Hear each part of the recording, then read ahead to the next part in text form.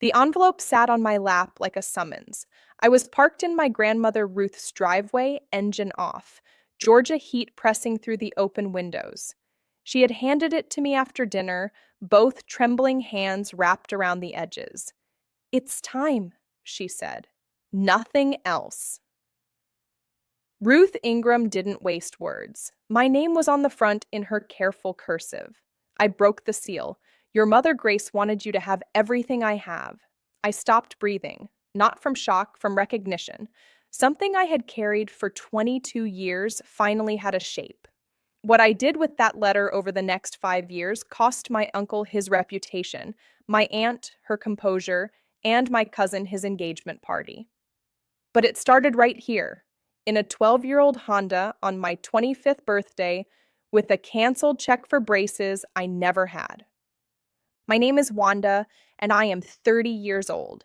This is the story of how one envelope exposed 22 years of lies and a $355,000 gap between what my family billed my grandmother and what they actually spent on me. My mother, Grace Ingram, died in a single car accident on Route 9 outside Dalton, Georgia. I was 3. She was 25, the same age I was when I opened that envelope, though I didn't notice the symmetry until years later. Grace was Ruth's youngest daughter, the one everyone said laughed the loudest and drove too fast. After the funeral, Ruth wanted to raise me herself. She was 55, and her arthritis had already started folding her hands into shapes that made buttoning a coat take 5 minutes. Keith, Ruth's eldest son, stepped in. "We have the room," he told Ruth. "Colton could use a sister." That was the line that sold it. What Ruth didn't hear was the negotiation behind it. Keith wanted compensation. Ruth agreed. $1,800 a month for my food, clothing, school, medical, and extracurriculars. She wrote the first check in October of 1999 and didn't miss a single month for 22 years, $475,200. I know because I counted every one. There was no legal adoption, no court filing, no caseworker. Keith and Brenda simply added a twin bed to the room next to Colton's and told people I was adopted in spirit. That phrase followed me through every parent-teacher conference, every holiday dinner, every time someone new asked how I fit into the family tree. Adopted in spirit. It sounds warm until you realize it means nothing. No legal obligation, no inheritance rights, no claim to anything except the twin bed and whatever goodwill Keith and Brenda decided to extend on any given Tuesday. The difference between Colton's childhood and mine could be measured in candles. His 8th birthday was at a bowling alley with 12 kids, a sheet cake with his name in blue frosting, and a stack of presents that took 20 minutes to open. My 9th birthday, 6 weeks later, was a single cupcake on the kitchen table at 7 in the morning. No candle, no wrapping paper, no friends. Brenda was loading the dishwasher when I came downstairs. She didn't look up. "Happy birthday," she said, the way you'd say drive safe to someone leaving a gas station. I asked if we could have a party. She dried her hands on a dish towel and gave me a look I'd spend the next 13 years learning to recognize. "We can only celebrate one this month. Colton's travel baseball registration is due. We can only celebrate one" became the unofficial motto of my childhood. One set of school photos, one kid at the orthodontist, one college fund, always Colton. I learned not to ask. I learned to nod, clear my plate, and say thank you for the cupcake. By 14, I was working at Keith's carpet store on Highway 41, sweeping floors, organizing samples, answering phones on Saturdays while Colton slept until noon. I never saw a paycheck. Keith called it contributing to the household. Brenda called it learning responsibility. Colton called it nothing, because he was never asked to contribute a single hour. Complaining in Keith's house was like pouring water on a grease fire. It just made everything worse and louder. So I worked. And somewhere in those filing cabinets, between vendor receipts and tax returns Keith never let me see, I started to understand numbers, not just math. The story numbers tell when someone doesn't want you reading them. After high school, I enrolled at Dalton State Community College for an associate's degree in accounting. I paid my own tuition, $9,600 over 2 years, earned from a part time job at a tax office on Cleveland Highway. Keith and Brenda didn't come to my graduation. Colton was at a fraternity event, and Brenda said they couldn't split the family in two directions. One direction. Always one direction. I walked across that stage in a rented gown, shook the dean's hand, and drove myself home. Ruth was the constant. Every Sunday, I drove 20 minutes to her house on Beaverdale Road. White siding, green shutters, a porch swing that creaked like it was complaining. She'd have peach cobbler waiting. Grace's recipe, canned peaches not fresh, because Grace said the syrup made the crust better, and Ruth never changed a single ingredient after the funeral. Ruth called me my girl, not sentimentally, factually. The same way she'd say my house or my garden, I was hers. She made sure I knew it. One Sunday, I arrived early and heard Brenda on the phone in Ruth's kitchen. She didn't know I was in the hallway. When Mom passes, Brenda said, "We'll knock out that back wall and open up the kitchen. The lot alone is worth more than the house." She was talking about Ruth's house. Ruth was in the next room watching Wheel of Fortune. I stood in that hallway for 10 seconds, memorizing the tone of Brenda's voice. Casual, proprietary, already decorating. Then I walked in and said hello like I hadn't heard a thing. I was 23. I was learning patience. I should explain what $1,800 a month actually bought Keith and Brenda, because it wasn't me. Keith bought a bass boat the year I turned 16, $28,000. Used it maybe 4 times a year. Brenda remodeled the kitchen when I was 19, $35,000. Granite countertops, stainless appliances, a farmhouse sink she saw on a home design show. Colton's tuition at the University of Georgia cost $82,000 over 4 years. Keith and Brenda paid every dime. He graduated with a business degree, a new truck, and 0 student loans. I graduated with an associate's degree and a $9,600 receipt I kept in a manila folder, because that's what bookkeepers do. The envelope from Ruth contained a trust document, the Ruth E. Ingram Irrevocable Trust, established March 14th, 2001. I read that date twice. 2001. Ruth had set this up the same year Grace died, when I was 3 years old. The sole beneficiary was listed on page 2. Wanda Grace Ingram, my full legal name, the one Keith and Brenda never used because they preferred the girl or your cousin or simply her. The trust held $180,000 in a managed account and the deed to Ruth's house on Beaverdale Road. It vested at age 30. The trustee was a retired attorney named Harold Finch in Chatsworth, a man I had never heard of. Beneath the trust was a letter in Ruth's handwriting, 3 pages, front and back. "Wanda, I've been paying your uncle $1,800 a month since 1999. He told me it was for your school, your clothes, your doctor, your braces, your activities. I believed him for a long time. I don't anymore." She listed what she suspected, inflated invoices, expenses that didn't match what she saw when she visited, a college fund that apparently didn't exist. "Check the numbers, Wanda. I think they've been lying. You're the only one in this family who knows how to read a ledger. So read it." I sat in that Honda for 45 minutes. The porch light stayed on the whole time. $475,000. That's how much my grandmother paid my uncle over 22 years. And I am a bookkeeper. If there is one thing I know how to do, it is follow money that doesn't want to be found. I started the next morning. Bookkeeping is patience disguised as math. You don't look for fraud, you look for patterns, and fraud shows itself when the patterns break. I requested Ruth's financial records from Harold. He sent copies of every check, every itemized list Keith had submitted, every bank statement from the trust account. 264 line items over 22 years. I built a spreadsheet. Column A, what Keith billed Ruth for. Column B, what actually happened. Column C, the difference. The private school lie was the first one I confirmed. Keith had billed Ruth $800 a month for my tuition at Westside Christian Academy. 10 years, kindergarten through ninth grade, $96,000. I requested my transcript from the Whitfield County Board of Education. Every year, kindergarten through 12th grade, Northwest Whitfield Public Schools. Free. I never set foot inside Westside Christian Academy. But Colton did. He attended from 6th grade through 12th. His tuition, $800 a month, the exact figure Keith billed under my name. Keith hadn't just stolen from Ruth. He had made me the invoice.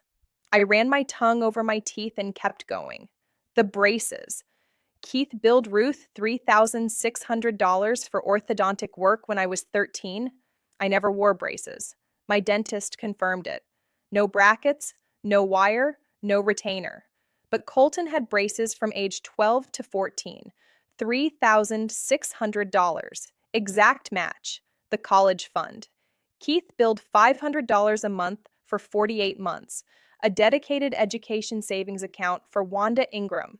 $24,000. I called every bank and credit union in Whitfield County. No account in my name existed anywhere. Medical expenses billed but never incurred. A clothing allowance of $200 a month that bought me exactly nothing. I wore hand-me-downs from a church donation bin until I was 16 and started buying my own clothes at discount stores. Activity fees for programs I never attended. Summer camp invoices from facilities with no record of my enrollment. I kept a running total at the top of the spreadsheet. It grew like a wound.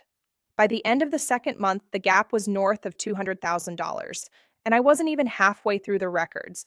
These weren't mistakes. Mistakes are random. This was a system. I found a canceled check in Ruth's filing cabinet on a Sunday while she napped in her recliner.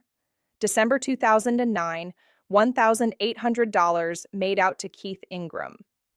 Memo line, Wanda, December braces payment. And on the back, in Brenda's handwriting, for Wanda's Dental, B. Ingram. Brenda had endorsed that check personally. She hadn't just gone along with the scheme, she was the bookkeeper. She managed the billing, crafted the narratives, matched the amounts to plausible expenses, and signed the endorsements. Keith was the face, Brenda was the ledger. I met Harold Finch on a Tuesday afternoon in his office above a hardware store in Chatsworth. He was 74, thin, with reading glasses on a chain, and a handshake firmer than his frame suggested. "Your grandmother told me you'd come," he said. The trust was ironclad, irrevocable. That word mattered more than any number in my spreadsheet. It meant Keith couldn't change it, challenge it, or dissolve it. Harold told me what happened 10 years earlier. Keith had driven to the same office without an appointment, sat in my chair and said, "My mother is senile. That trust doesn't reflect her wishes." Harold asked him to leave. Keith didn't leave. He threatened to file for conservatorship. Harold picked up the phone and said he'd call the sheriff. Keith left. Harold documented everything: the date, the time, the exact words, Keith's license plate in the parking lot. He filed it with the county clerk and added it to the trust records. "Your uncle is not a subtle man," Harold said, "but he's persistent. The trust vested at 30. I was 26. 4 years. "Build your case," Harold said. "Every receipt, every transcript, every canceled check. Options without evidence are just opinions." By my 30th birthday, the final accounting was complete. Total paid by Ruth to Keith and Brenda, $475,200. Total verifiable expenses actually spent on me, approximately $120,000. The gap, $355,200, 47 pages.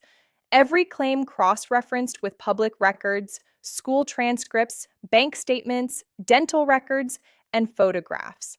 I bound it in a manila folder with a brass clasp and kept it in the bottom drawer of my desk, underneath my own tax returns. The folder weighed almost 2 pounds. I had held it so many times the edges had gone soft. 5 years of work, 5 years of Sunday visits where I smiled at Ruth and said nothing about what I had found because she had asked me to build the case. And building a case means finishing it. Colton's engagement party was announced 2 weeks before my 30th birthday. He was marrying Megan Mitchell, daughter of Deacon Roy Mitchell at First Baptist. The party would be at the Whitfield Community Center, over 80 guests, catered, open bar, live band from Chattanooga. Keith and Brenda were hosting. They spared no expense. That was their specialty when the expense benefited Colton. Nobody in Keith's house mentioned my birthday, not a text, not a call, not a cupcake. Brenda called 3 days before the party. Come early, she said. I need help setting up. Of course, not attending as a guest, setting up, arranging chairs, taping streamers, the card table in the kitchen, always. I told her I'd be there at 4. Then I called Harold Finch. It's time, I said, using Ruth's own words. Harold said he'd be there, quiet, back row. Then I called Deacon Mitchell. I asked for 5 minutes at the party to honor Grandma Ruth. The deacon said yes. 5 minutes. That was all I needed. The night before the party, I drove to Ruth's house. She was on the porch in her wheelchair, a blanket on her lap, even though it was 70 degrees. She looked smaller every month. The arthritis had curled her shoulders forward, her hands resting on the armrests like 2 knots of wood. But her eyes were the same, dark, direct, the eyes of a woman who had buried a daughter and counted every check she ever wrote. We ate cobbler. I told her the folder was ready, that a civil litigation attorney named Karen Pewitt had already filed 2 claims, a fraud suit against Keith and Brenda, and an Adult Protective Services report for financial exploitation of a vulnerable elder. Ruth was quiet for a long time. The porch swing creaked. I should have taken you myself, she said. My hands were already giving out. My heart was broken. I thought Keith would do right by Grace's girl. She looked at me. He didn't. No, I said. He didn't. She reached over and put her hand on mine. Her fingers were warm and crooked and stronger than they looked. Finish what I started, she said. Saturday, 4 o'clock in the afternoon. I arrived early, as instructed. Brenda had a clipboard. She assigned me to table setup. 60 folding chairs, 10 round tables, white tablecloths. I set every chair. I smoothed every tablecloth. I centered every floral arrangement. My bag was under my card table near the kitchen, the manila folder inside. Brass clasp latched. Nobody checked my bag. Nobody checked on me at all. By 6 o'clock, the hall held 83 guests. Colton in a blue blazer, Megan in white, Keith in a tie I had never seen him wear, Brenda working the room with a glass of champagne and her church smile. Harold Finch arrived at 6:15, gray suit, back row, near the emergency exit. He caught my eye once and gave a nod so small you'd miss it if you weren't looking. Ruth came in a wheelchair, wearing her Sunday dress, navy blue with pearl buttons, hair done, hands folded in her lap.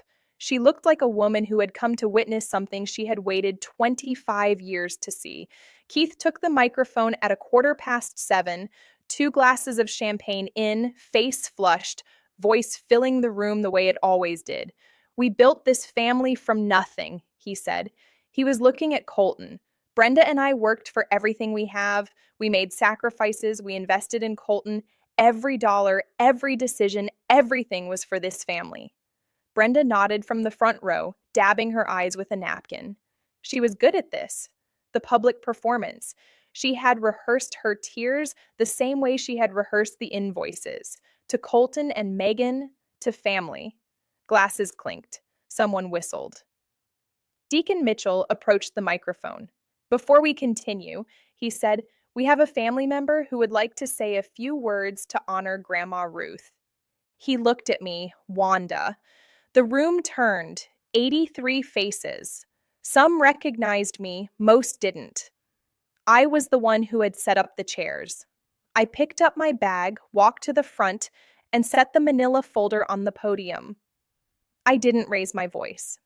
I didn't have to.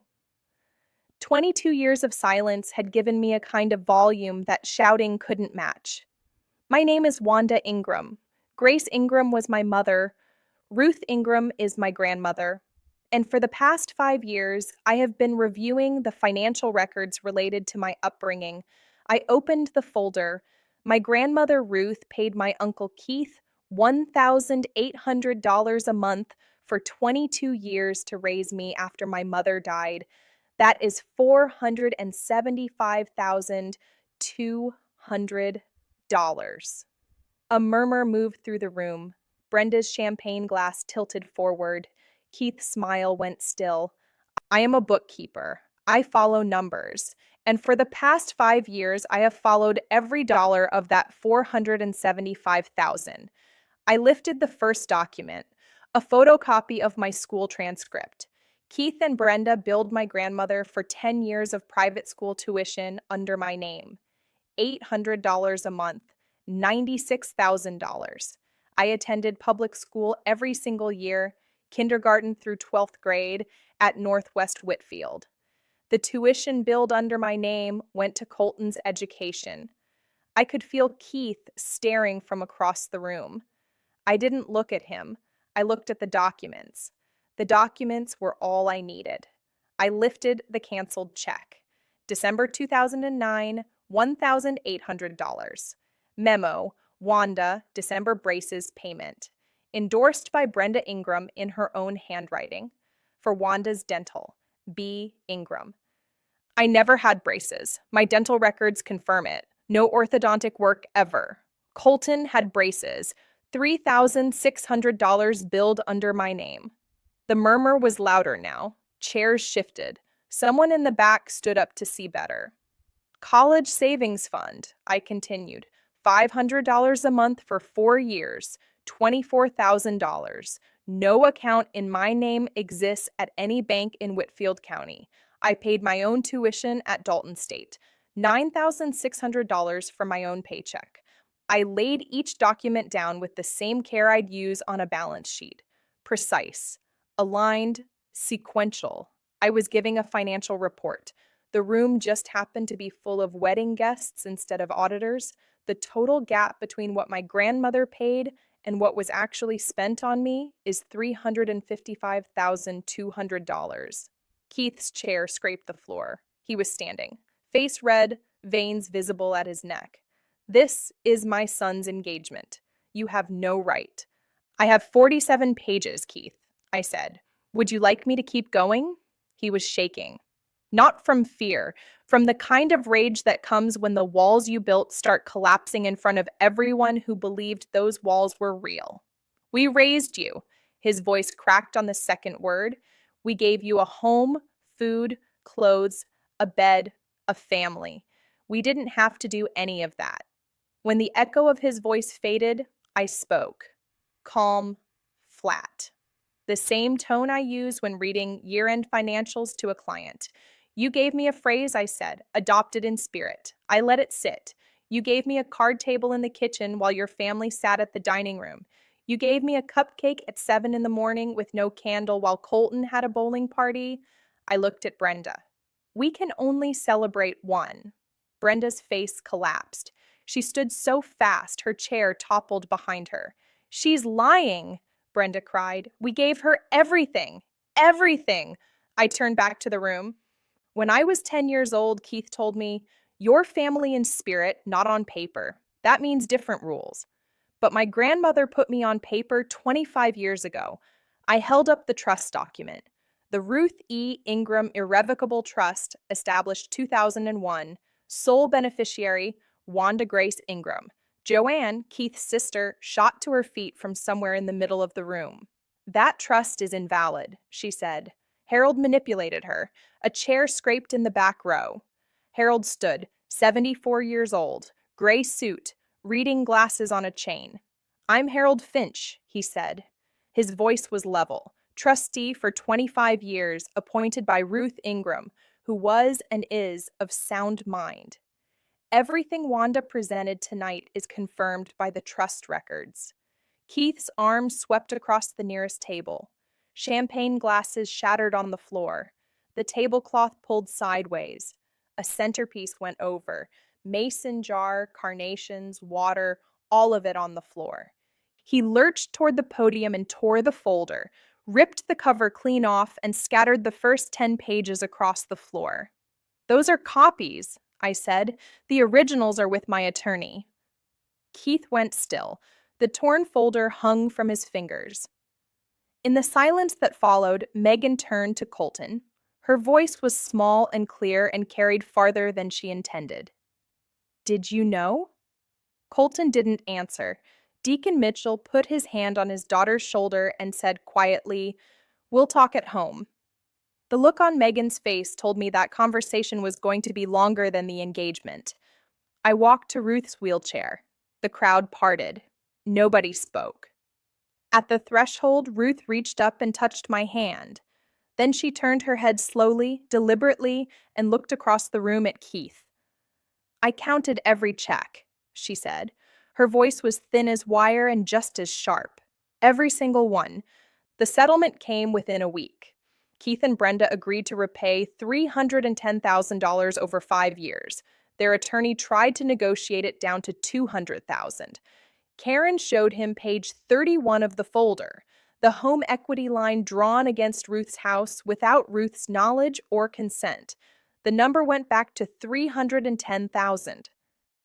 The Adult Protective Services investigation opened the same week. Keith and Brenda were flagged for ongoing monitoring. Not charged, not yet, but flagged. In a town like Dalton, that meant everyone knew.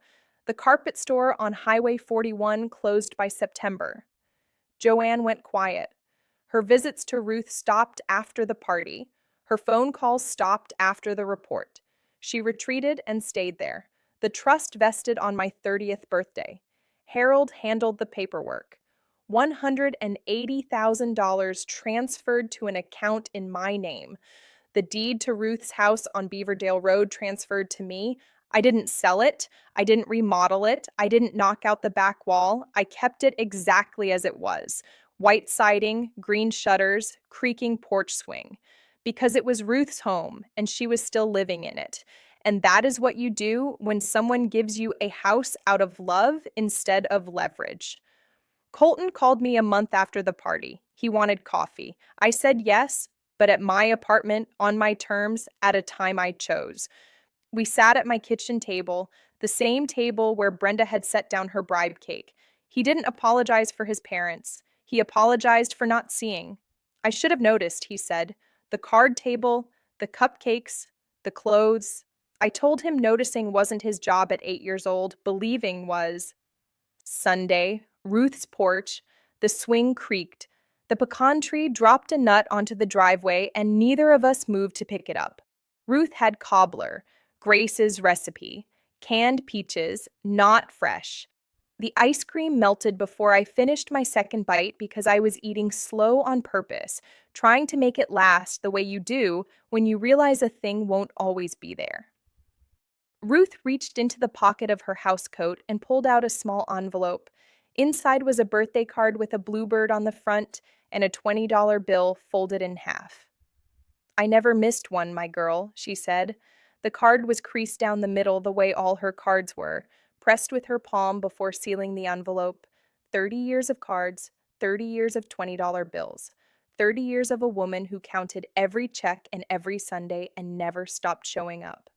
I held the card in my lap. The cobbler cooled, the swing creaked, the porch light came on even though it wasn't dark yet, because Ruth always turned it on early.